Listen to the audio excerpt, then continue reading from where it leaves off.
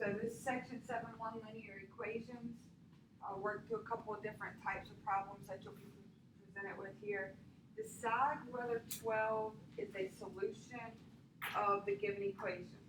So one of the things we can do is just plug in 12 for x and check it out and see if we get an equivalent statement there.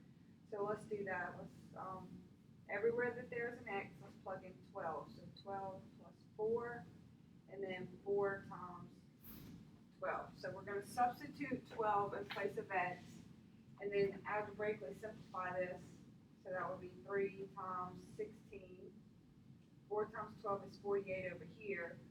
And then when we reduce, we would get 48 equals 48. So we would say, yes, this is a solution. If we were to plug that in and we got something that was not a true statement, say 48 equals 47, then we would say no, not a solution. So basically for those, take whatever's in question, plug it into the equation, algebraically simplify it, and see, yes, you get a true statement, or no, you do not. So those are pretty basic. The next one you'll ask is a multiple choice, and you pretty much pick which one is equivalent. Sometimes you'll be asked to click all that apply. You've done that one before, but this one just says which expression is equivalent to that. Okay.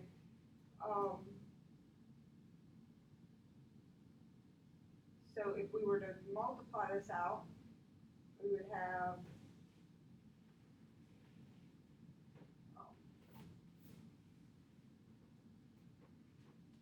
let's go ahead and simplify this 0.06 times 100, because what do we do when we multiply something times 100? Move the decimal 2 places to the right, so that just makes that 6 times 10 minus x, which if we distribute, that would give us 60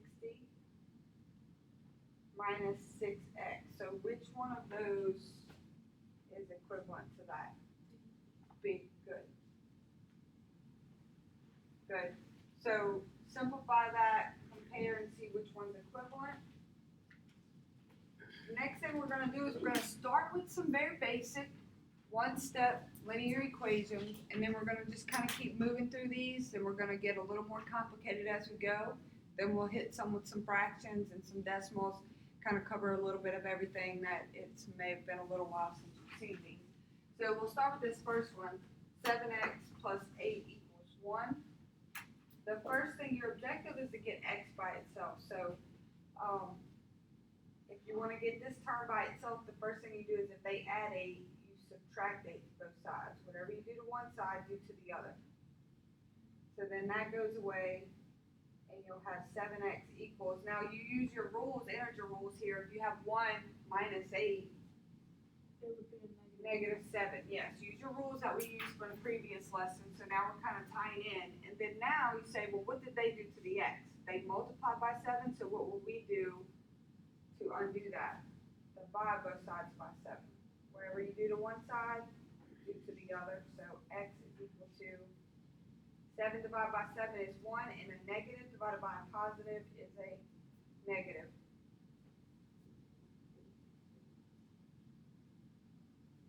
So x is equal to 1. We also have a check step that you can do. Now this is suggested and recommended for some of the smaller ones, and the more confident you are, you don't necessarily have to do this, but we'll go through 1 or 2 of these. And then my suggestion is, if it's on the homework and I'm kind of grinding through and everything's going well, just keep moving forward. If it's a test, I may want to check myself just because, you know. So 7x plus 8 equals 1. So what you do is you start with the original equation and you plug in what you got for your answer and then evaluate it. So that would be negative 7 plus 8, which negative 7 plus 8 equals 1, 1 equals 1. Check, you know that that's the correct solution. So we always know that anytime we solve an equation, we get a solution. If we want to check ourselves, we can go off to the side, plug our solution into the original equation, and see if we get a true statement. If we get a true statement, we know we're good. If we don't, we probably made a mistake and want to go back and try again. So let's look at the next one.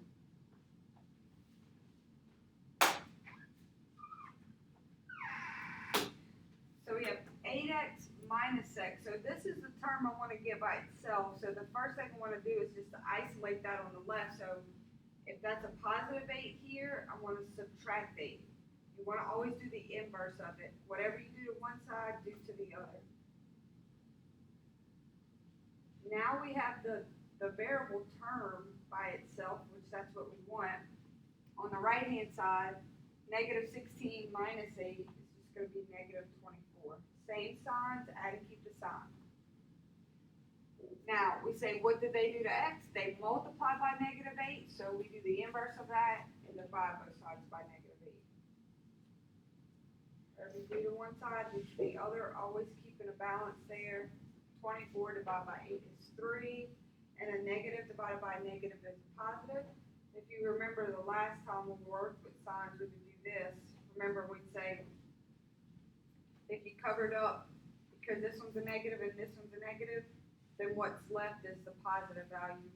If you, we did that last lesson, if you want to play on that. Okay.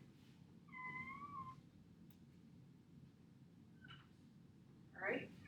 So, just a little more. We're going to, like I said, we're going to just keep amping these up till we get a little bit of everything covered. Now, the difference between this one and the previous ones is that the left-hand side is not completely simplified. And then, so once our left-hand side gets completely simplified and our right-hand side gets completely simplified, then we can start solving the equation. We're not ready to start solving yet, and that's the main difference. You always want to make sure it's simplified before you do. So when we look over here, we have a like term and we have a like term. So we can add like terms or subtract. In this case, 7 minus 5 is 2x. Leave the 15 alone, and then we have this equation. The left-hand side is completely simplified because they're not like terms. The right-hand side is completely simplified. So now I'm ready to start solving equations. When you have variables, our objective is get the variable by itself. We see that we have 2. First thing you want to do is move the variable all on one side. Traditionally, we'll move it to the left. Although you have options, you have lots of different ways. I'm just going to give you a suggestion. If it's nice, I'm just going to move it to the left. So I'm going to subtract x from this side. Whatever you do to one side, do to the other. So that I can get both of my variables on the same side. So 2 minus 1 is just x. Bring down what's left. And now we're back to a one-step equation. Trying to get x by itself, what did they do? They add 15, so we do the inverse and subtract 15 from both sides. X is equal to negative 7. Like I said, you can go back in and check that if you need to.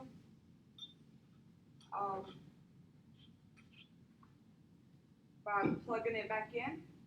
I want you to go ahead and start working on this next example by yourself and see if you can do it. So the first thing you're going to do is use distributive property, simplify the left, simplify the right, and then I'll leave this one pulled up. It'll be similar to the one up there because you'll have variables on both sides. So distribute, simplify. After you simplify everything, then I want you to move all the x terms to one side. So go from there.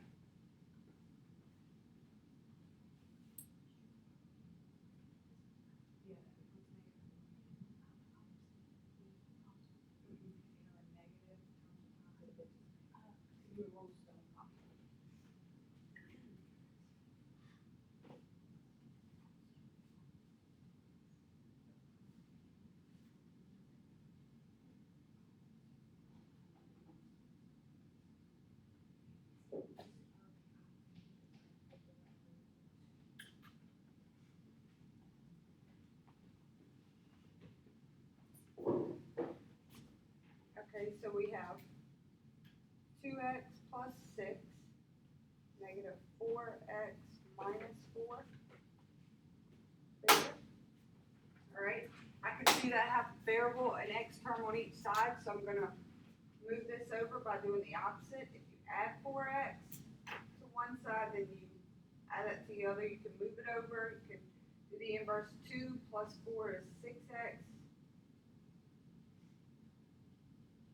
Okay, now we're back to like the very first one we did today in class. So if I want to get the x term by itself, if I want to get this term by itself, I need to subtract 6 from both sides so that I can move it over.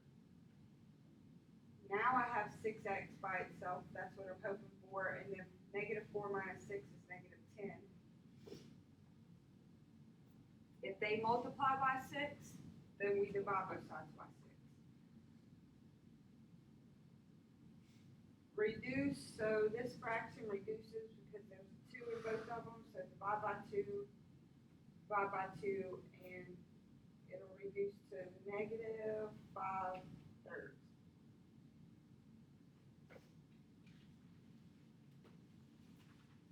Okay.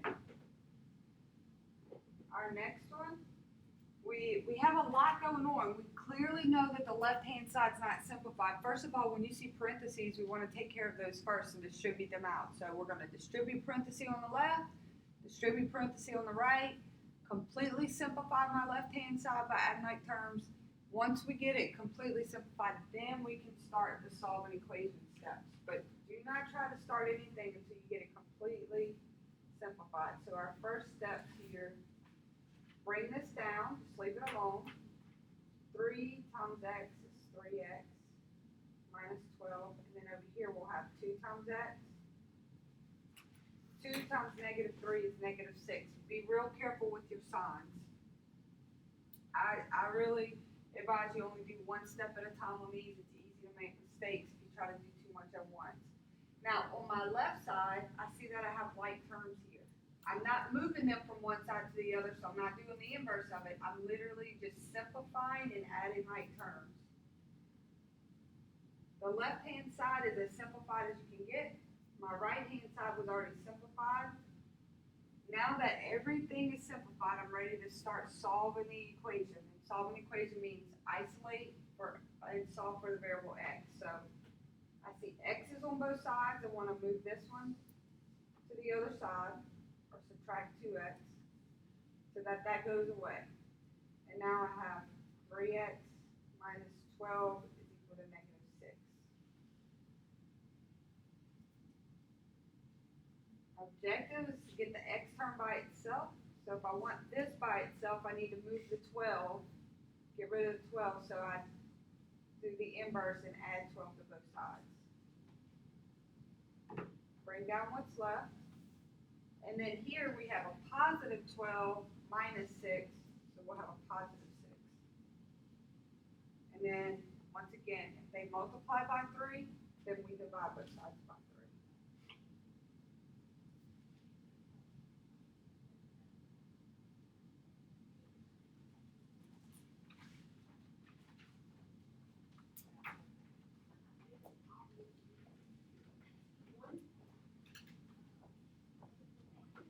This one, the common mistake a lot of people make is right here when distributing out, they forget that that's a -4. So -4 there, and then we'll be here, and here is going to be our first steps. So we'll have, bring down 6x, -4 times 3 is -12.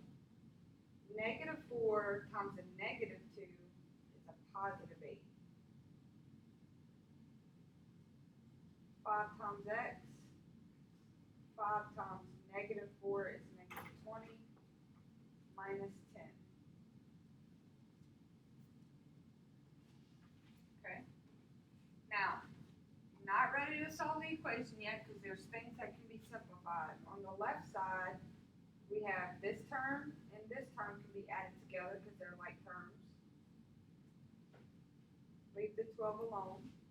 And on the right side, we can add this with this, a -20 minus 10, same signs, add and keep the signs, so we would have 5x minus 30.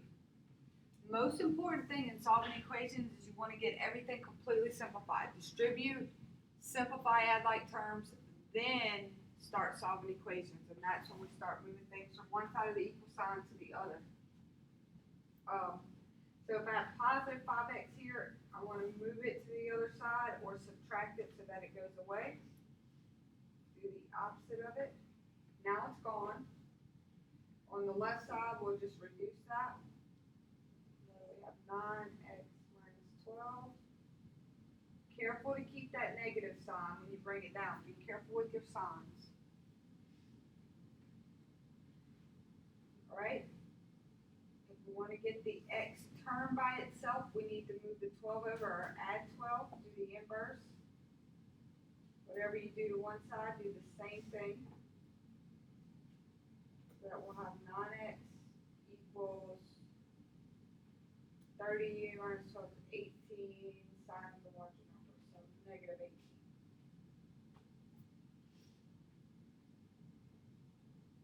And multiply by 9, you divide by 9.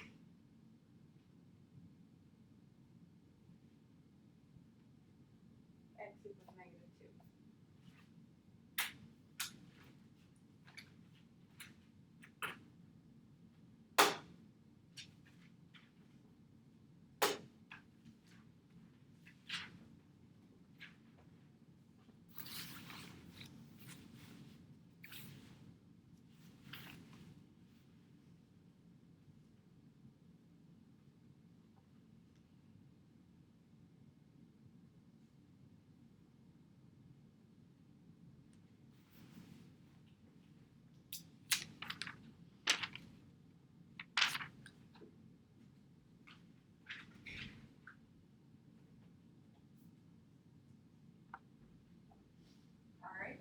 So this next one, if we have this, we can see that there's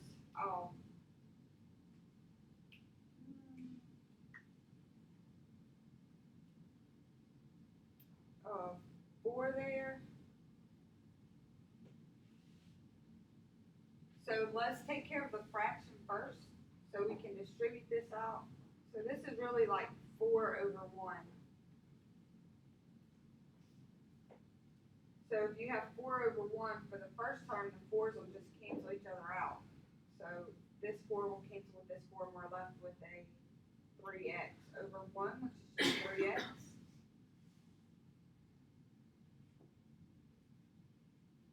And then the next one, when I'm distributing to this one, I'll do it in pink. It's like, it looks like this, 4 over 1. If I put them right next to each other, then you can see it can divide by 2, divide by 2, and you would have 2 times 5 is a 10x over 1, which is just 10x.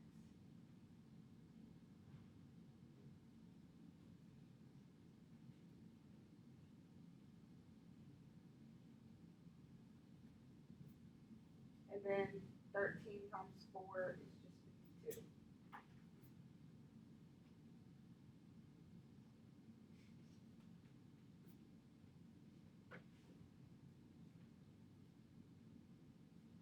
Okay. So these are like terms.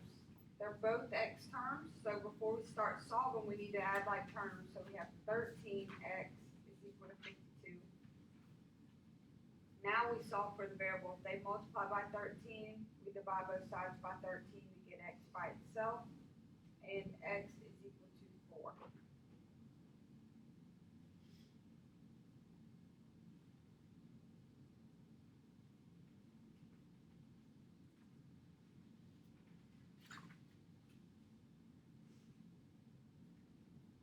Okay, so this next one, the first one they kind of started with that. This next one is a fraction, and the first thing to do is you would like to get rid of the fractions if possible. It's going to make things a whole lot easier. So looking at the denominators, a 3, a 6, and a 6, what would you think is a common denominator? 6. So one of the things you can do to eliminate the fraction is to multiply both sides by 6 to start. So if you choose to multiply by 6, whatever you do to one side, do to the other, then we can take care of that. When you divide this one by 6, that becomes a 2. So divide a 3 out of both of those, because that's the common fraction. Remember, we can cross cancel when we multiply. So then I'm going to have 2 distributed there. So reduce the fraction, then distribute. 2 times 4 is 8x. 2 times 1 is 2. Or actually, I'll just write this next step out so that you can see it. 2 times 4x plus 1 which we just distributed that, which was 8x plus 2. You can go ahead and go straight to the 8x plus 2 if you're comfortable there. If not, let me just write that extra step out. All right. Now over here on the right hand side, when I'm going to do it with this one, so what cancels? 6. The 6 cancels, so what will we be left with? Just the x plus 5 on the top, right? And what about for this one? When I multiply by 6, the 6's cancel as well, and we're just left with the x minus 3. Right, so what happens is, individually, when I multiply those 6's out, the 6 is reduced. And when I just bring that down, are we ready to solve yet? Not yet, because the right-hand side is not simplified. There's some like terms over there. 1x plus 1x is 2x, and 5 minus 3 is 2.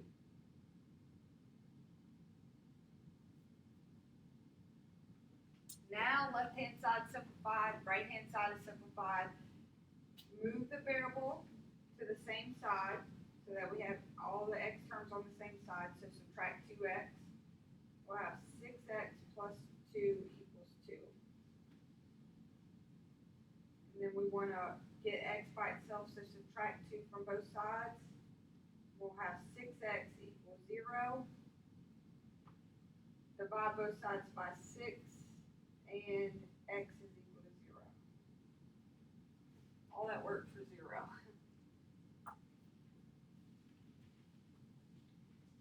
So if you have fractions and you want to get rid of them, you can usually find a common denominator, multiply everything by the common denominator, reduce and simplify, and then typically that'll usually help you get rid of the fractions, and then we can just, it ends up being one of our previous examples. All right, similar to the next one we're going to look at, which is decimals.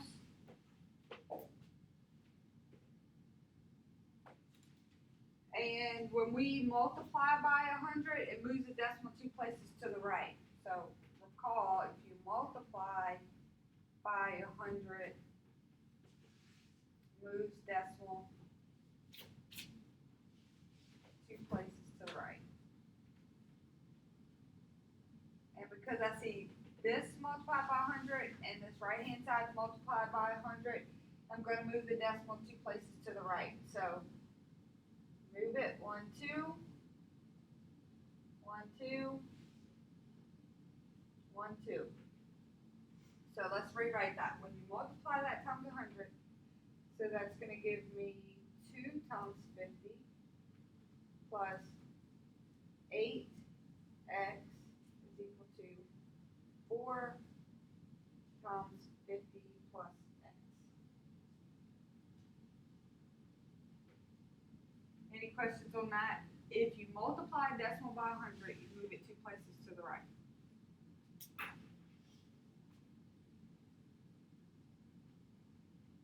All right, so now we just, 2 times 50 is 100. Distribute over here, that's going to be 200, and then 4 times x is 4x. Left-hand side simplified, right-hand side is simplified. We want to get all the x variables on the same side. I usually will do the opposite of that one and move it so that it cancels, and then simplify the other side. So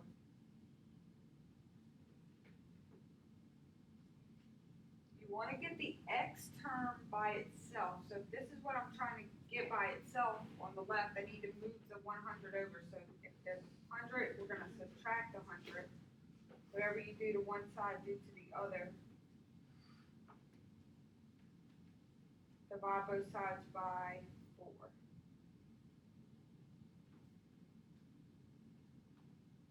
So something that starts out looking pretty complicated, it's really not so bad. Just like the fraction one, use a common denominator, multiply through, simplify and reduce. We'll get rid of the fractions in this case. If you multiply by 100, consistently, you can get rid of the decimals and kind of work from there. Okay, everything that we've done so far, let me just say, has been a conditional equation. All of the previous ones, because we got x equals some number. The condition is, it is satisfied when x equals 25. In the previous one, the condition is satisfied when x equals 0. So they're conditionals because they got in one solution that satisfies that condition. So the next one we're going to look at, we're going to see is a little bit different. So all of the normal ones that we mostly work with are typically conditional. Here we're going to see one that's maybe not so much. So let's just look and see how this plays out. Left-hand side is not ready to go. Right-hand side needs some work. So over here, like terms. A negative 2 plus 5 is a positive 3x. Over here, we have to distribute 3x minus 12 minus 5, and then I have some like terms to take care of.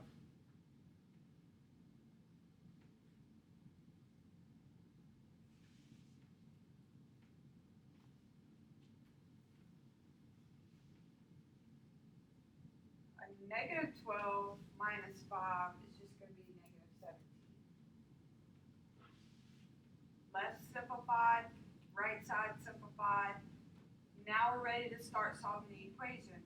When I look at my right and I was like, okay, I want to get rid of the 3x or I want to move it to the other side, I'll do the opposite of it. Whatever you do to one side, do to the other. And that went away like I wanted it to. But what happened on the left side as well? It also goes away. We lose the variable. When you lose the variable, that's when you know you're dealing with one of your special cases. Automatically, right there, you know you're either going to get all real numbers or no solution. Then you just look at what's left. Is that a true statement? No. So it's false. It's no solution, meaning no solution works for this equation. And that's called a contradiction.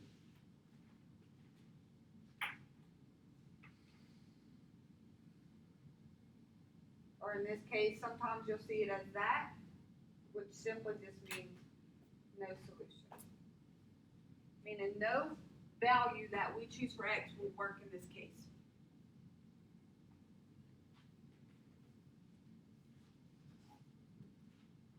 It's a key indicator when you start solving these that if you lose a variable, you're about to get one of your special cases. And you just have to continue out to see if it's going to be no solution or all real numbers.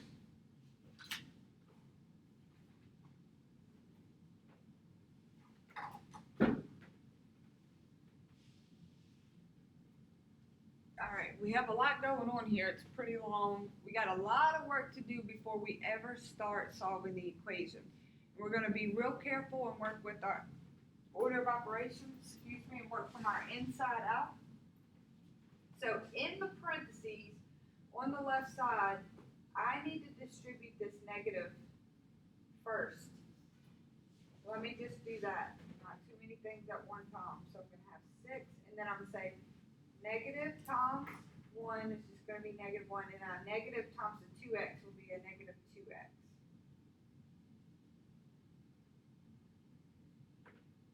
Over here, I'll go ahead and distribute.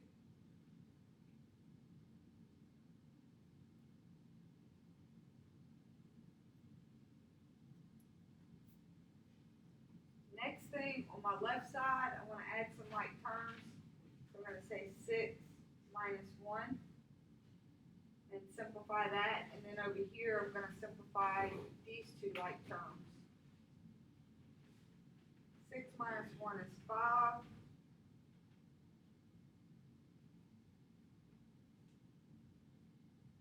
And then negative 6 plus 8 is a positive 2x. My right-hand side's looking pretty good. It's ready to go. But my left-hand side still needs work. So I'm going to distribute now.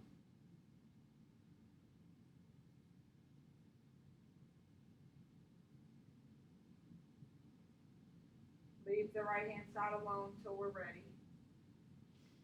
Left-hand side, we still need work. We have like terms now. solving the equation until everything is simplified. So negative 8 and a positive 10 is 2x.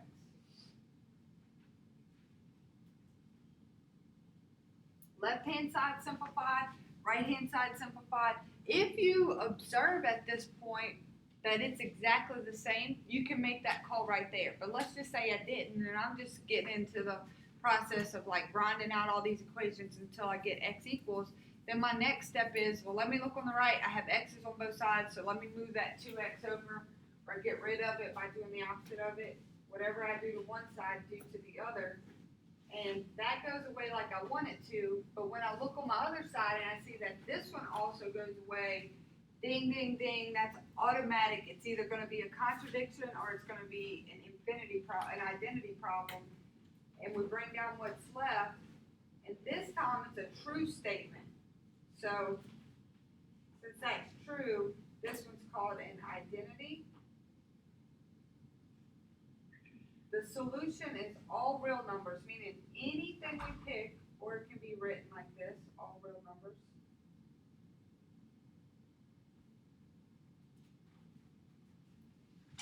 Those are 3 different expressions for when that happens. So when you solve a linear equation and you lose the variable at the end, you're either going to get a contradiction as the previous example when you get a false statement, or you get an identity problem, which means you can pick any value you want for x, and every single time you work it, it's going to come out true. All real numbers will satisfy the equations for this particular example. So we started out class listing these 3 cases, and we pretty much spent all the examples working on them. You can see that most of the examples fall in the situation of the one that we have one unique solution. And it's just a conditional equation. The other ones, if you lose a variable, you're either going to have a contradiction, which is no solution, or an identity, which means you can pick any value and it works. So the next thing we're going to do is we're just going to spend some time solving for specific variables. So now we take the numbers out and we just zone in on the process of solving equations for whichever variable you choose. And some of these are pretty basic, and a lot of these are familiar formulas, because sometimes we have to manipulate formulas to solve for certain variables. This first one is distance equals rate times time, and they want us to get t by itself. If I want this by itself, what did they do to t? Multiply by r, so we always do the opposite. So what's that mean we need to do? Divide both sides by r. Whatever you do to one side, do to the other, so the r's cancel, and then you just get dr is equal to t. And you're done.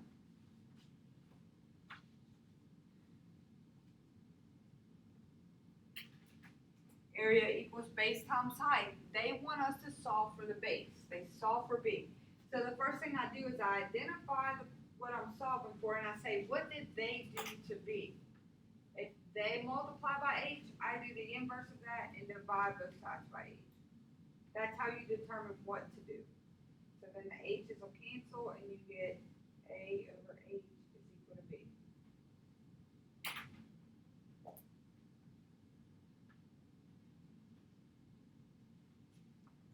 The next one, perimeter is equal to add up the sides. Side A plus side B plus side C. They want us to get A by itself. You could do this in multiple steps, or you could do it all at once. So my question to you is, what did they do to A? They added B, and they also added C. So what do we need to do? Subtract B, subtract C. So we could go ahead and do them both if you want. So I'm going to subtract B, subtract C. So both sides, so I'm just going to have P minus B minus C, because they're not like terms, so it's not like I can physically do anything other than represent the subtraction of them. And A is by itself now. We're done.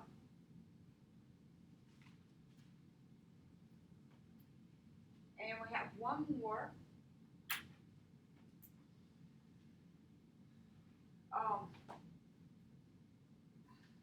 Area equals half times base times height. We want B by itself. So, the first thing we're gonna do is, well, they multiply by 1/2 and they multiply by h. You can do it in an out of order if you want, however you wanna do it. But I know if I wanna get this by itself, they multiply by h for 1. I'll leave the 1/2 until the end. So if they multiply by h, we're gonna divide both sides by h. So that h will be gone, that h will be gone, and I'll have a over h is equal to 1/2 b. Well, if they multiply by 1/2, what do? Divide by 1/2 or multiply by the reciprocal. That's the same thing, because remember, divide means multiply by the reciprocal. So what is the reciprocal of 1/2?